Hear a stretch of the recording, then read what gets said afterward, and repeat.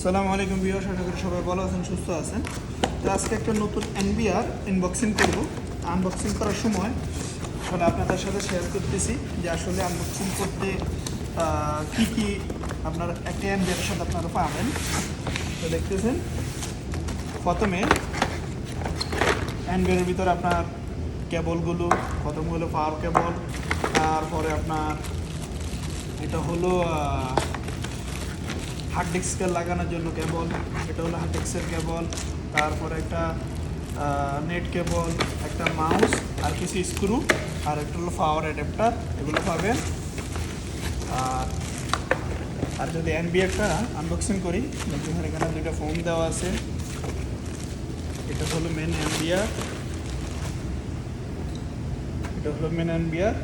এখানে USB port আছে, যেখানে আপনার মাউস ইউজ করে আপনি সকল কিছু ডাটা রিকভারি সকল কিছু করতে পারবেন। এটা হলো power of on of button, এটা হলো অ্যাডাপ্টার, সার্জার পোর্ট 12 ভোল্টের। এটা হলো এটা দিয়ে আপনি মাউস ইউজ করতে পারবেন। এটা হলো পিসি পোর্ট, এটা হলো এইচডিএমআই কেবল। আর এখানে অডিও, যদি অডিও ভিডিও কোনো অপশান থাকে, অডিও ভিডিও অপশানগুলো আপনি এখান থেকে ইনস্টল করতে পারবেন। আর এখানে হলো ল্যান, যেটা কিনা নেট কানেকশন এখান দিয়ে চলে। তো এটা হলো এনবিআর পুরোপুরি। তো অবশ্যই মনে রাখবেন, এনবিআর সাথে কোনো হার্ড ডিস্ক আসে না।